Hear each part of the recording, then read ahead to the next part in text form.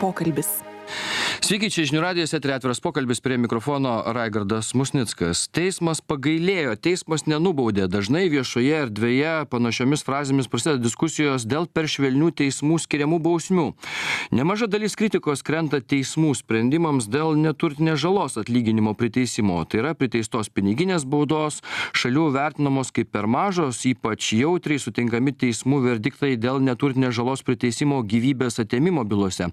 Taigi mes šiandien pabandysime pasiaiškinti apie neturtinę žalą, kiek ir kodėl priteisiama, ar iš tikrųjų, dažnai viešoje erdvėje per televiziją žmonės skundžiasi, kad iš tikrųjų vienas ar kitas nusikaltėlis užmušė žmogų, o jam teismas tik tiek davė, reikalausime, kad duotų iki gyvos galvos, tokiam reikia mirties bausmės. Čia populiarios frazės ir kiti dalykai.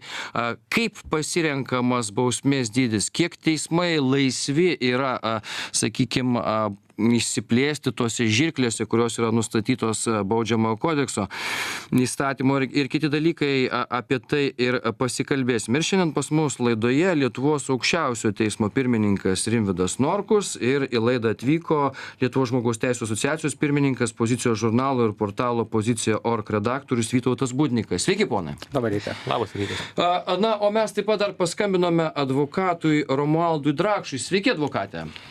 Sveiki. Tai iš tikrųjų, žinau, jūs nesate labai patenkintas tuo, kas vyksta Lietuvoje. Galbūt galėtumėt konkretizuoti, kalbant apie teismų nuosprendžius ir sprendimus.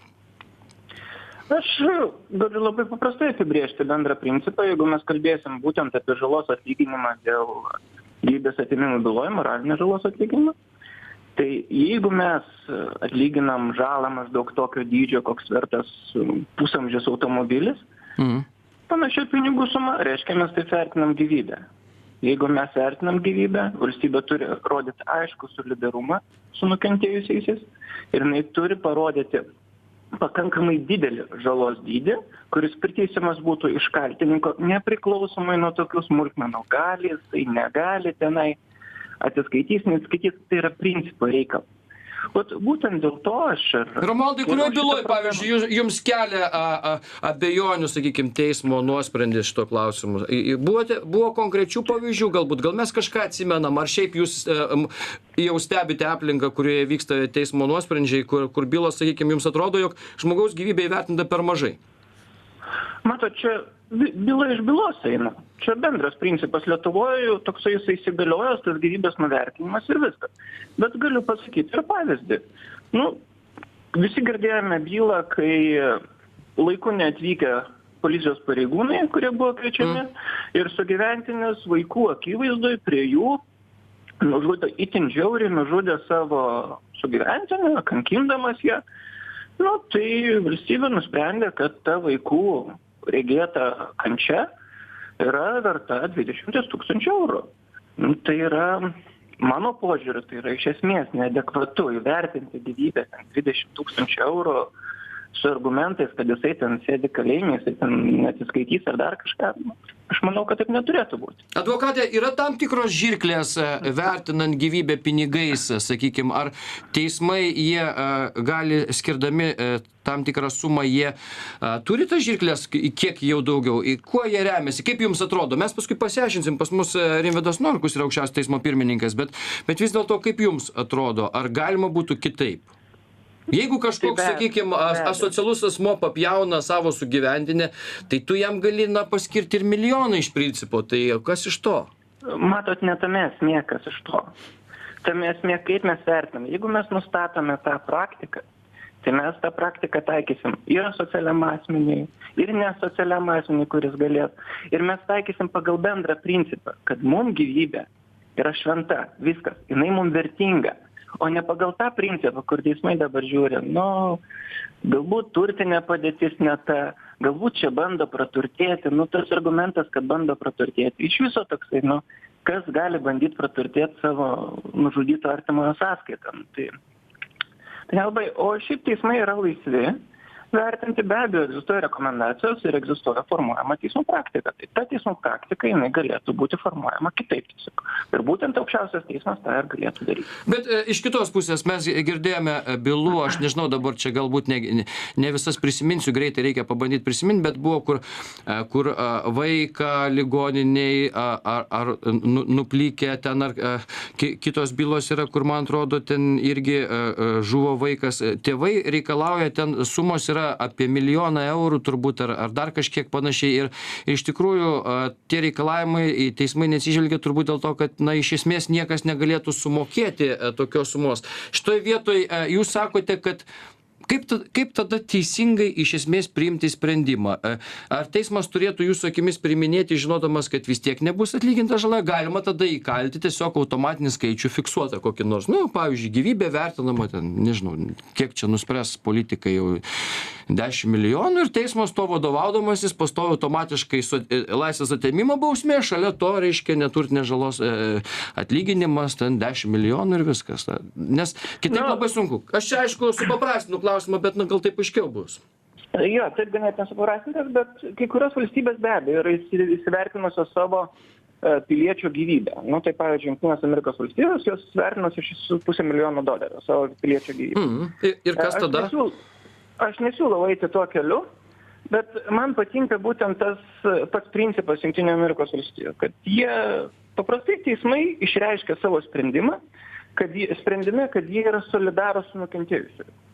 Ir jie paaiškina, kodėl priteisiamos tokios didelės sumos visiškai neatsižvelgiant į tai. Buvo visai nesenai byla, kur meksikietis nužudė išeivį iš Tarybų Sąjungos, kuris jau buvo Amerikos pilietis.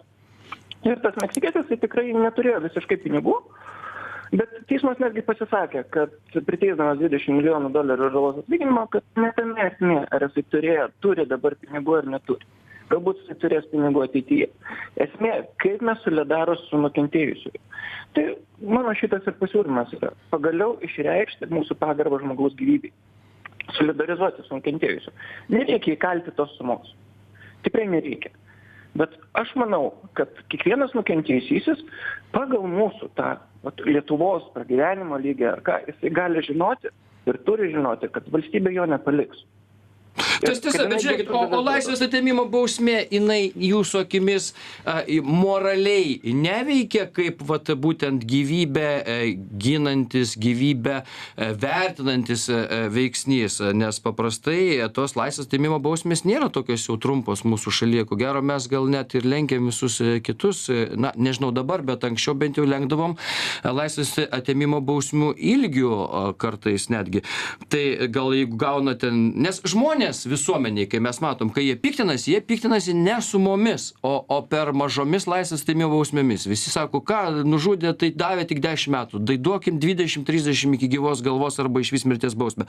Dauguma visuomenės reikalauja to, netgi grąžinti mirties bausmę. Tai gal šitas aspektas yra svarbesnis negu ten kažkokie pinigai? Aš abejoju, šitas aspektas svarbesnis. Jeigu mes eisime primityvų kerštą ir sakysime, kad vienas nukentėjusysis nori primityvaus keršto, tai be abejo, mes sakysim, kad kuo didesnės bausmės, tuo jisai liks patenkintas. Bet realiai, jeigu mes žiūrim, mirties bausmės, pavyzdžiui, buvimas ar nebuvimas neturi realiai jokios įtakos nusikalstamumui. Tik tai artimam laikotarpiu šiek tiek, pagal statistinis. Ir kai buvo naikinama mirties bausmė Lietuvoje ir buvo būtent apsibrėžiama, kad gyvybė šventa vertybė, ir taip pat ir kaltininko gyvybė, ir todėl turi būti naikinama mirties bausmė, buvo atliekami tam tikri tyrimai. Ir aš pats rašiau disertaciją daktaro iš mirties bausmės. Tai tie tyrimai aiškiai parodo. Tai įtakos, tas griežtumas, turi tik iki tam tikros ribos bausmės griežtumas įtakos. Mirties bausmė jau kaip tokia, jinai nebeturi tam tikros įtakos. O aš keliu problemą būtent dėl žalos atlyginimo, dėl požiūrio. Ir noriu čia taip pat pasakyti, kad jeigu mes jau apsibrėžim tame mirties bausmės panaikinimo atveju, jeigu mes pasakėme, kad gyvybė mums šventa, mes turime laikytis to principo ir toliau. Mes negalim jos nuvertinti. Gerai, supratom, jūs advokatas Romualdas Drakšas su mumis buvo laidoje. Mes padarom dabar trumpą pertrauką, po pertraukos kalbėsime toliau.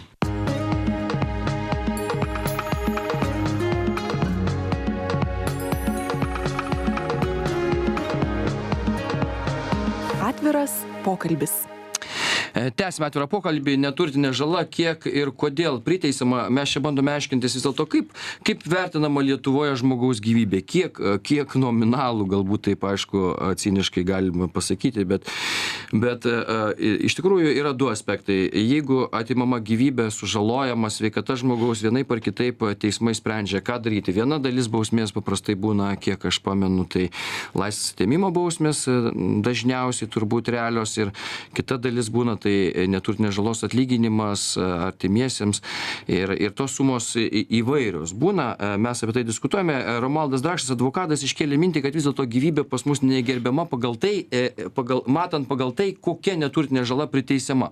Taigi šiandien apie tai kalbamės. Lietuvos aukščiausio teismo pirmininkas Rimvydas Norkus ir Lietuvos žmogaus teisių asociacijos pirmininkas, Pozicijos žurnalo ir portalo Pozicija.org redaktorius Vytautas Budnikas mūsų laidoje.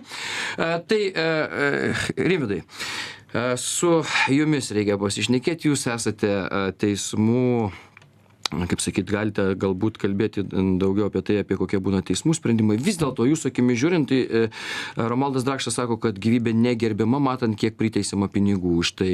Kaip jums atrodo? Pakankamai deklaratyvus teiginys, gyvybė be galo gerbiama ir užima nebejotinai aukščiausią vietą visų mūsų vertybių sistemoje.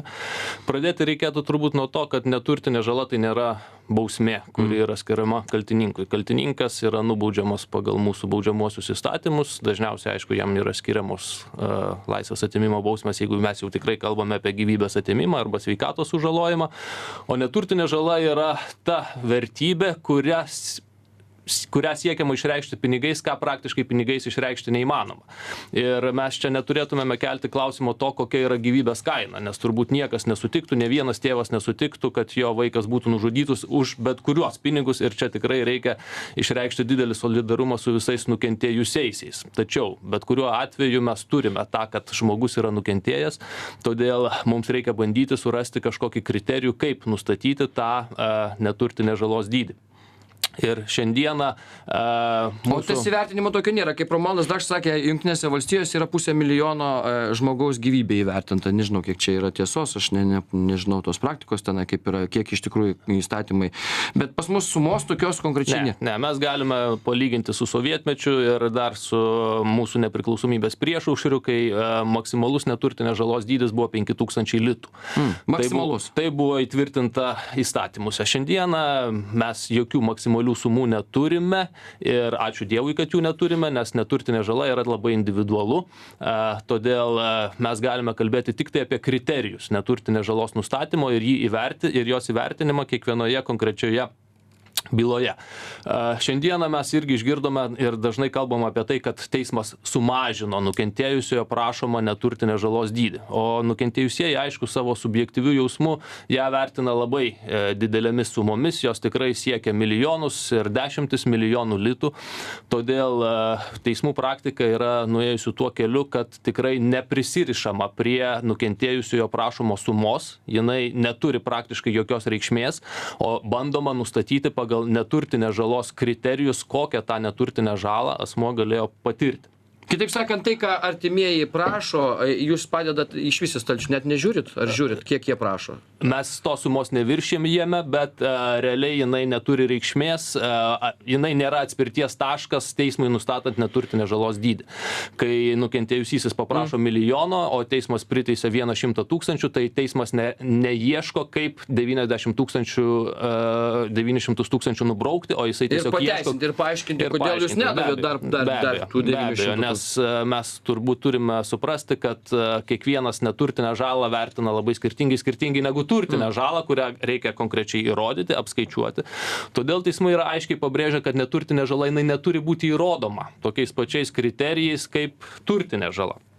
Ir jeigu mes dabar lygintumėme tą gyvybę su kitomis vertybėmis, tai jinai nebejotinai užima pačią aukščiausią vietą visų vertybių skalėje, po jos eina sveikata, toliau laisvė, o toliau jau visos kitos vertybės kaip garbė, orumas, atvaizdas, gera reputacija, darbo teisės ir visokios kitokios panašios vertybės. Tai jeigu mes kalbėtumėme apie sumas, kokios yra Lietuvoje, tai advokatas paminėjo tą tikrai skaudų atvejį, kai buvo nužudyta vaikų motina, tai bet nepaminėjo vieno dalyko, kad ta suma buvo priteista kiekvienam iš vaikų ir bendra žalos, neturtinės žalos atlyginimo suma priteista visiems vaikams viršijo 100 000 eurų, kas iš principo reiškia, kad žmogus tuo labiau atliekantis laisvės atėmimo bausmę greičiausiai net ir nepriartės prie šitos sumos, net ir nesudarys jokių prielaidų ją realiai atlyginti. Kitaip sakant, valstybė duos šitą sumą, iš tikrųjų... Ne, valstybė šitos sumos netiduos. Šita suma būtų deklaratyviai priteista kaip tam tikra moralinė satisfakcija, be abejo. Tai yra galbūt tam tikra išraiška. Tačiau mūsų įstatymai, skirtingai negu Jungtinių Amerikos valstybių įstatymai, imperatyviai nurodo, kad priteisdamas neturtinę žalos dydį, teismas turi atsižvelgti į pasiekmes, kokias sukėlė kažkoks pažeidimas, gyvybė tai jau netitaisoma pasiekmė, kitokios pasiekmes galėtų būti, jeigu yra sveikata sužalojama ir jinai galbūt gali būti per kurį laiką atitaisyta, į žalą padariusio asmens kaltę, į jo turtinę padėtį. Ir tai yra labai svarbus kriterijus. Turtinė padėtis irgi yra kriterijus ir kadangi turtinė žalos priteisimas nėra bausmė, mums reikia atsižvelgti į bent jau realią galimybę bandyti kažkokią tą žalą atlyginti. Tai šiandieną mūsų ekonominė valstybės situacija irgi rodo, kad mes neoperuojame milijoninėmis dolerių arba eurų sumomis skirtingai negu Jungtinėse Amerikos valstijose. Ir mums svarbu, aišku, lygiuotis į europinį kontekstą.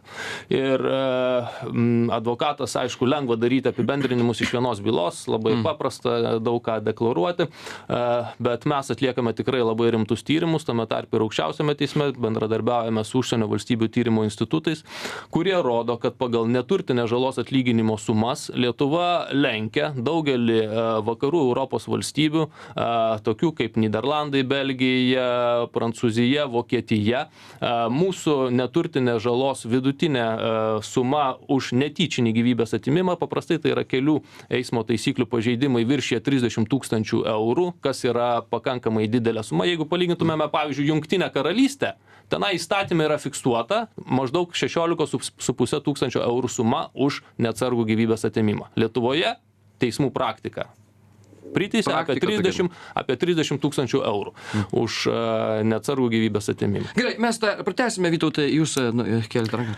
Aš norėjau pasitirauti, taip įdomu.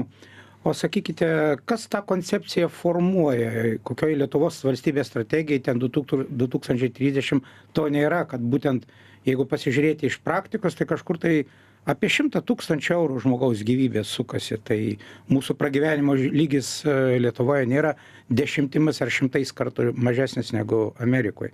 Bet ta gyvybės, gal šiek tiek pritarčiau advokatui, kad tas požiūris į gyvybę vis dėlto Lietuvoje šiek tiek turėtų keistis. Tas požiūris paveldėtas yra iš sovietmečio, aš su tuo sutinku, bet dideli pokyčiai tie vertybiniai vyksta ir dabar. Ir tas požiūris į žmogaus gyvybę, dėja, reikia pridurti, eina ne jos naudai. Ir štai... O jums kas kelia minčių vis dėlto, kad per mažos sumos priteisiamos? Na, vis dėlto taip. Ir ne tik dėl gyvybės, apskritai dėl sveikatos sutrikdymo. Teko nesenai turėti tokią vieną atvejį su mūsų kreipėsi į žmogaus teisių asociaciją iš Alytaus moteris, kuri būdama ligonėje atvyko gimdyti, ją viskas priėmė, paguldė, o po to pamiršo. Ir jai tuo metu, jinai gimdymo pradžioje patyrė sveikatos sutrikdymą, ją išoperavo, nebeturės jinai vaikų, visą kitą, ir tą kompensaciją gavo, jeigu neklystu, apie 12 000 eurų. Visam gyvenimui žmogus neturės vaikų, nieko, moralinė trauma didžiulė. Tai štai kaip įvertinama sveikata. Galima suprasti iš valstybės pozicijų. Taip, valstybė neturtinga, neturi pinigų, biudžeto nėra, kas kompensuos. Jeigu ligoninės dabar visiems mokės 100 000 kompensacijas, tai ligoninė susidarys.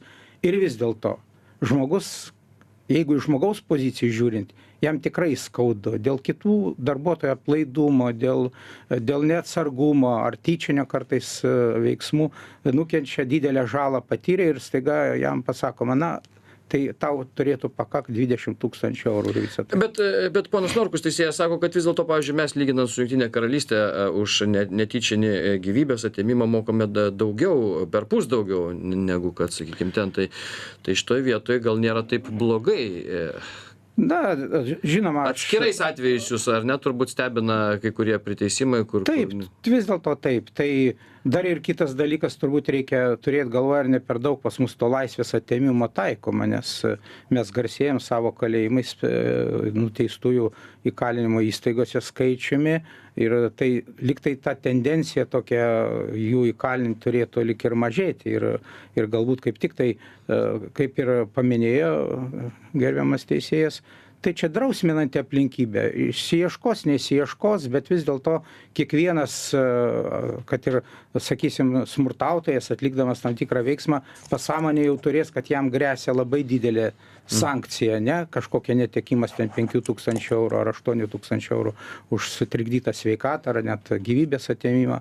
O jis žinos, kad tai yra pakankamai rizikingas žingsnis ir gal tai būt net ir sustabdytų. Tai mes vis dėlto palaikytumėm tą tendenciją, kad tas dydžiai turėtų keistis. Bet vėlgi pasikartosiu, svarbu, kas formuoja tą dydį, kokia institucija. Na, visų pirma, šiandien, kaip aš suprantu, tai yra teismų praktika dabar tam tikrą prasme galėtų, aišku, įstatymai. Bet mes turime padaryti pertrauką, naujausios žinios, po pertraukos kalbėsime toliau.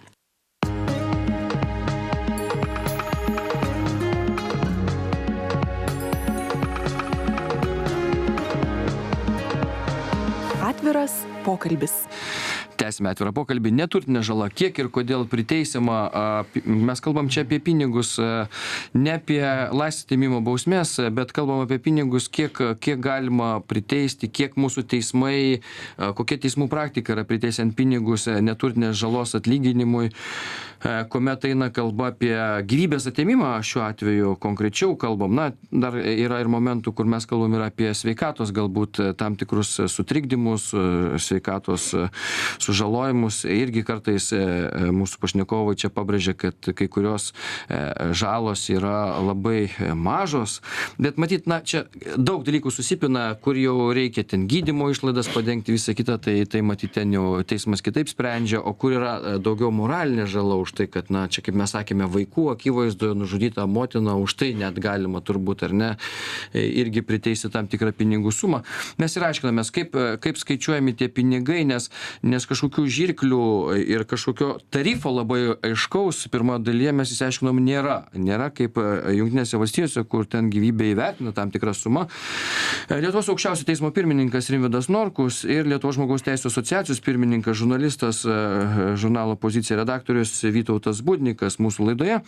Tai tęsiant pokalbį, ponia Norku, būtų vis tiek įdomu suprasti, kaip, sakykime, imant kokią nors bylą. Na, pavyzdžiui, kadangi jau čia jau minima, jinai vaikų akivaizdoje nužudyta motina yra ir dabar vaikams priteista, kiek jūs ten sakėte, maždaug bendroji suma apie 100 000 eurų, ar ne, kažkur apie tiek. Kaip teisėjas, nuo ko jisai pradeda svarstymus, kiek, nes, kaip sakote, visi kiti dalykai neveikia. Nei kas kiek prašo, jo labiau čia turbūt niekas nelabai prašė, tiesiog reikia priteisti tą žalą. Kas vyksta teisėjo galvoje, kaip jisai svarsto? Atspirties taškas visada yra nukentėjusiojo pozicija. Čia vaikai. Šiuo atveju be abejo vaikai. Ir savaime suprantama, tai nėra turtinė žala. Turtinė žala yra atlyginama greta neturtinė žalos, tai yra maitintojo netekimas ir tos negautos pajamos, kurios būtų tekusios vaikams, jeigu jo išlaikytojas būtų buvęs gyvas. O toliau kiti kriterijai, tokie kaip kaltininko kaltė, jo turtinė padėtis, jie šiek tiek pagalbiniai vertinami bendrai su teisingumo, sąžiningumo ir protingumo kriterijais. Na, jeigu taip labai apibendrintai, yra įvairių mokslinių diskusijų, ką ta neturtinė žala kompensuoja, tai galima pasakyti, kad vyraujanti yra ta, jog neturtinė žala yra skirta asmeniui, nukentėjusiam asmeniui įsigyti tam tikrų gėrybių, kurios padėtų bent iš dalies atsverti tuos neturtinio pobūdžio praradimus. Kitaip sakant, jeigu vaikai prarado motiną, kas tos gėrybės galėtų būti, kurios atsvertų motiną? Na, aš čia bandau suprasti iš tikrųjų. Be galo sudėtinga, aišku, motinos niekas neatsvers ir čia tikrai mes nekalbame apie tuos atvejus, kad motinos netekimą galima nusipirkti pinigais.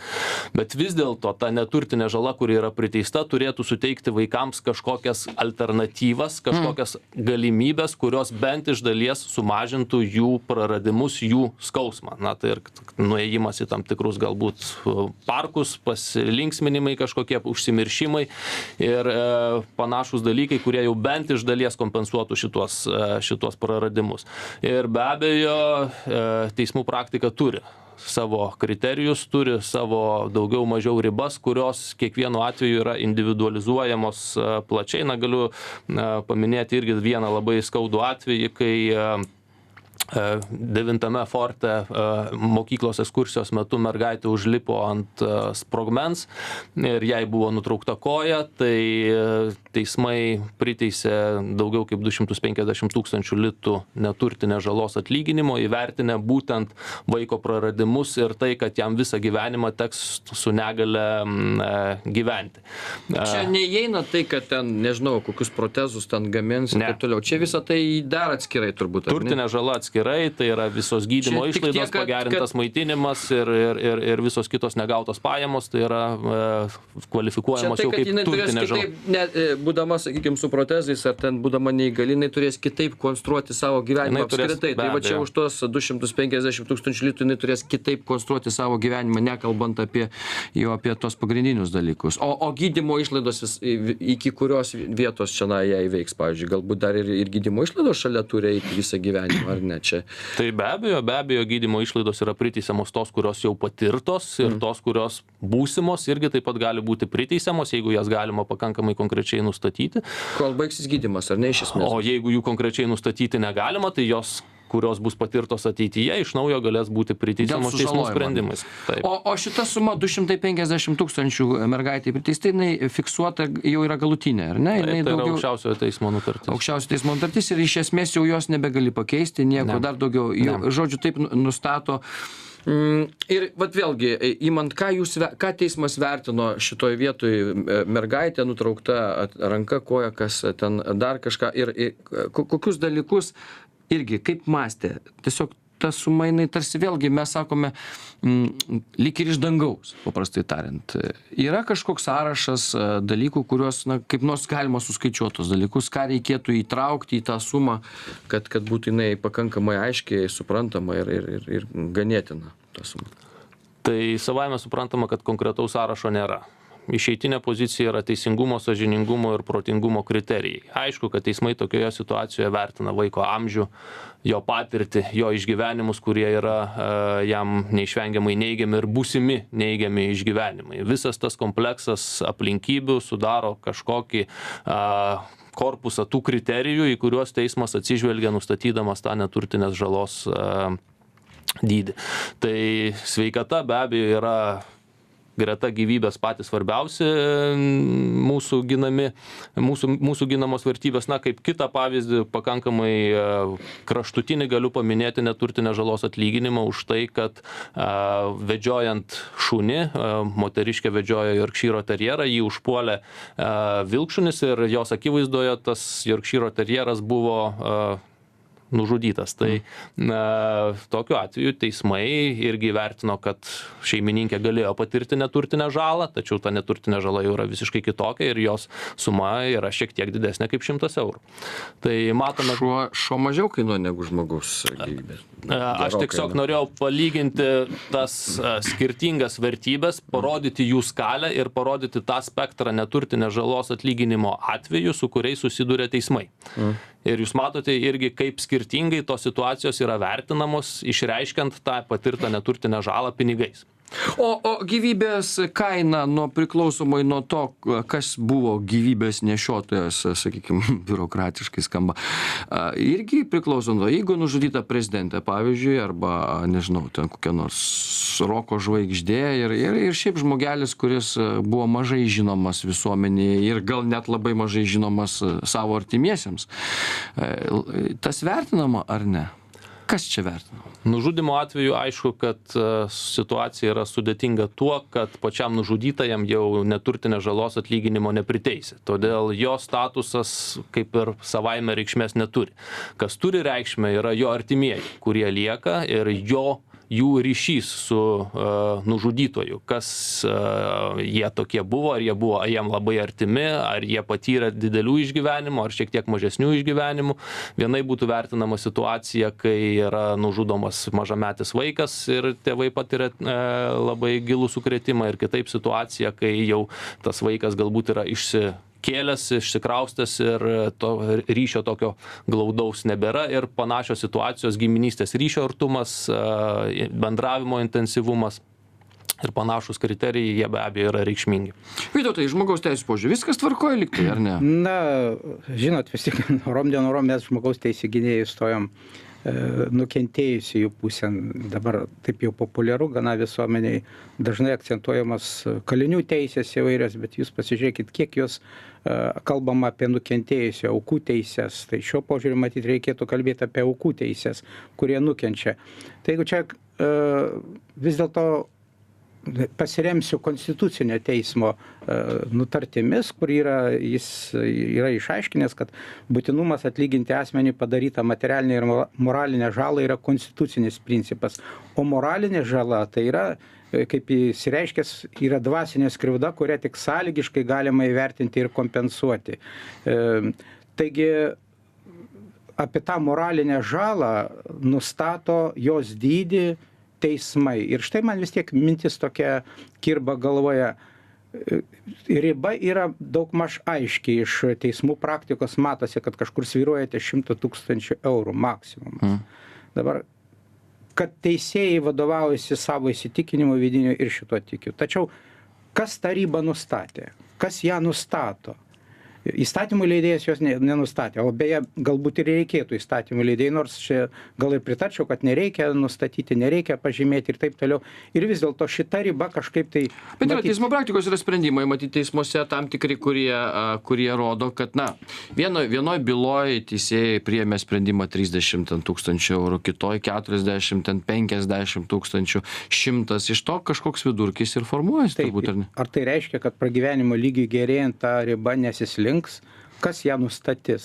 Vat tai mums mįslė yra gana. Gal vis dėlto visuomenė galėtų dalyvauti šituose procesuose ir diskusijose, juolab pasikartosiu, kad bausmės, įkalinimo bausmės pernelyg dažnai vartojamas, o tos moralinės žalos atlyginimas, jis galėtų būti ir plačiau taikomas, ypač turint galvoje, kad mūsų visuomeniai klesti patyčių kultūra labai smarkiai ir kad žmonės tikrai galėtų dažniau kreiptis. Jūs manote, kad galima mažiau būtų sodinti kalėjimus, daugiau duoti pinigų priteisėjams? Be abejonės. Ir čia yra žmonių bėda, jie mažai rūpinasi savo teisėmis, tai yra teisinis neišprusimas, čia pagrindė vyrauja nesuvokia. Bet jeigu mes visuomenės paklausim, tai visuomenė norės ir mirties bausmę grąžinti, ant 70% turbūt norinčių, tai bus taip, reiškia, aš įsivaizduoju, visuomenė pasakys 70% grąžinti mirties bausmę ir dar tiek pat žmonių, tie patys 70% pasakys gyvybę įvertinti ne mažiau kaip milijonų ir bus problemų su visuomenės. Žinot, aš pasikliaunu žmonių protingumo, vis dėlto ten visokio atsiras, kurie pasakys ir mirties bausmę, bet pagrindė vis tiek žmonės vadovaujasi protu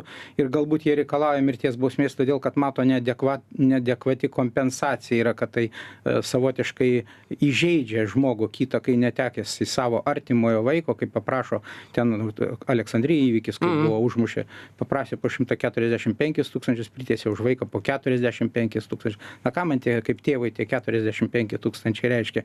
Tai gal ir tada ypač jeigu žinant dar kokios aplinkybės buvo, pavyzdžiui, nebūtinai Aleksandrijos atveju, bet kitose atveju, kur sudegintos merginos bagažinėje, visa kita, kai tu visą gyvenimą turi vaikščioti su to vaizdu galvoje, kas vyko su tavo vaikų, kuomet degino bagažinėje, kokie tai nusikaltėliai. Tai natūraliai iššaukėsi tada mirties bausmės, bet jeigu būtų protinga kompensacija, kad tikrai ir kitiem tai būtų pamoka ir galbūt tai būtų savotiškas stabdis ir tam pačiam nusikalstumui, patyčių kultūrai sklisti ir kitose srityse. Tai būtų mūsų tokia nuomonė. Vis dėlto čia visuomenė turėtų aktyviau dalyvauti, formuojant šitą sritį. Gerai, mes padarykime trumpą pertrauką, po pertraukos kalbėsime toliau.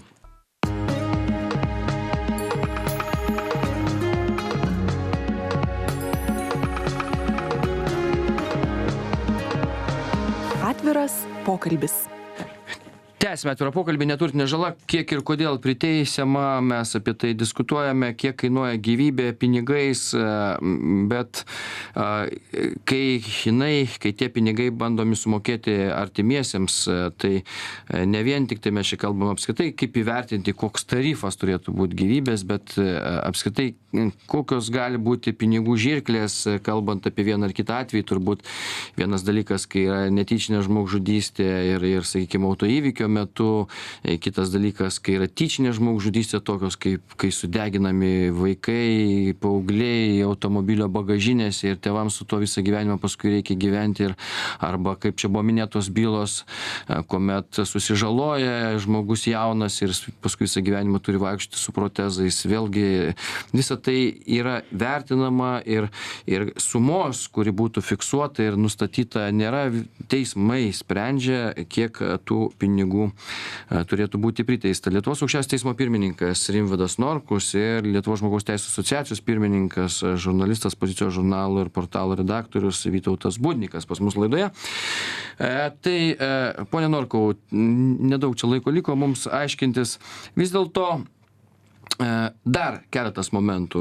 Štai Vytautas sako, visuomenė galėtų dalyvauti, sprendžiant, kiek turėtų būti gyvybei kainuota. Vytautas sako, kad mes vis dar šaukėmės ilgų kalėjimo bausmių, prašom mirties bausmės. Ir čia, ko gero, jau nebe teismų reikalai yra, čia yra įstatymų klausimai. Keisti baudžiamąjį kodeksą turbūt reikėtų čia politikams klausimas. Jeigu visuomenė tai pasisakytų, jinai gali pasisakyti taip visuomenė per kažkokius tai, nežinau, surinkti parašus ir sakyti, kad mes norime inicijuoti baudžiamojo kodekso pakeitimus tam tikrus ir pavyzdžiui, nustatyti neturtinės žalos lygį. Nežinau, kas čia nustato tą neturtinę žalą, kokie kodeksai, bet žalos dydį, bet ar reikėtų visuomenė dalyvauti? Ne kartais neklaidingai supranta reiškinius. Tai be abejo, kad visuomenė dalyvauja rinkdama Seimą, kuris ir formuoja baudžiamąją politiką, kuris nustato teisinį reguliavimą neturtinės žalos atlyginimo srityje. Reikia paminėti tai, kad teisingai cituota Konstitucinio teismo doktrina sako, kad iš principo negali būti įstatymuose nustatytos maksimalios neturtinės žalos atlyginimo sumos, kadangi jos gali būti ir didesnės. Ir teismai tą sėkmingai daro, priteisinėdami pakankamai reikšmingas neturtinės žalos atlyginimo sumas. Kokia didžiausia yra priteisę teismai, nepamenat? Tikrai viršijančia 100 000 eurų sumą. Bet ties milijonų niekada nebuvo sustoję. Ar buvo ir daugiau, virš 100 000? Ne, tokių sumų Lietuvoje mes precedentų neturime. Apie milijonus neturtinės žalos mes kol kas nekalbame.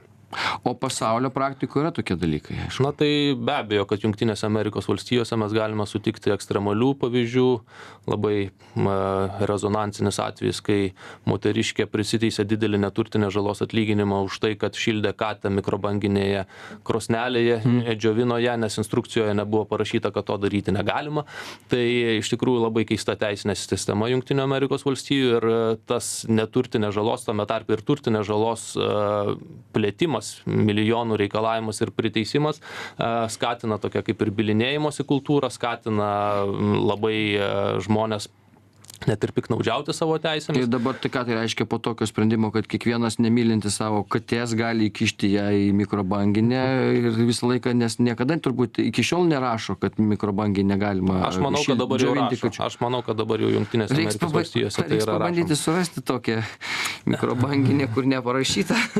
Na, o kalbant iš tikrųjų apie santykį bausmės, neturtinės žalos atlyginimo, tai labai svarbu atkreipti dėmesį į tai, kad bausmė ir neturtinė žala nėra tas pats. Bausmė, aišku, yra skirta kaip valstybės sankcija už padarytą pažeidimą, nepriklausomai nuo to, kokia neturtinė žala bus priteisiama. Ir šiandieną mūsų baudžiamoji politika yra tikrai labai griežta. Pagal įkalintų asmenų skaičių Lietuva vis dar pirmauja Europoje, Europos Sąjungoje, lenkiame labai represinės valstybės ir konkuruojame su Rusija ir Baltarusija, Azerbaidžanu pagal įkalintų asmenų skaičių. Situacija iš tikrųjų gerėja ir labai sutinku su pašnekovu, kuris minėjo tai, kad kad nukentėjusiam asmeniui labai svarbu ir iš tikrųjų svarbiau yra realus žalos atlyginimas, realiai priteisiama turtinė žala, tame tarpe ir neturtinė žala, ir jos realus įgyvendinimas, o ne vien deklaratyvus jos priteisimas arba labai didelė bausmė, sankcija.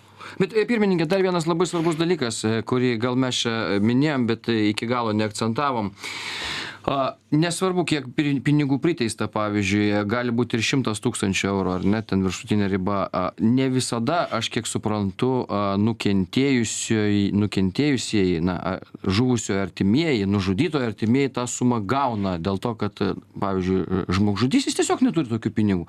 Ir tai nereiškia, kad Bet jūs... to sėdėdamas įkalinimo vietoje, jisai turi tik tai ribotas galimybės dirbti ir atlyginti tą žalą. Kitas dalykas, ten netgi ir tai galite neuždirbti nieko. Tai bet vadinasi, valstybė, kaip kai kuriais atvejais, kiek aš suprantu, valstybė, jinai atlygina žalą, paskui regreso tvarka prisiteisė, išreikalauja iš to, kam priteista ta suma yra. Iš dalies taip, smurtinių nusikaltimų aukos pagal mūsų teisinį reguliavimą gali kreiptis į specialų fondą, kuris iš dalies atlygina turtinę ir neturtinę žalą smurtinių nusikaltimų aukoms.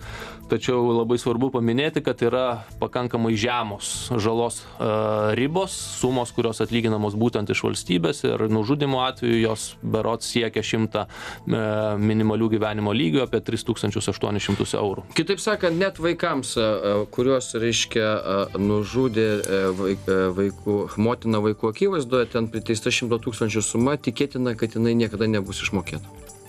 Na, tikėtina, norėtųsi tikėtis, kad tie vaikai gaus kažkokį žalos atlyginimą, tačiau realybė yra dažnai labai skaudi ir tos sumos, kurias priteisia teismai, jos realiai lieka neišieškomos.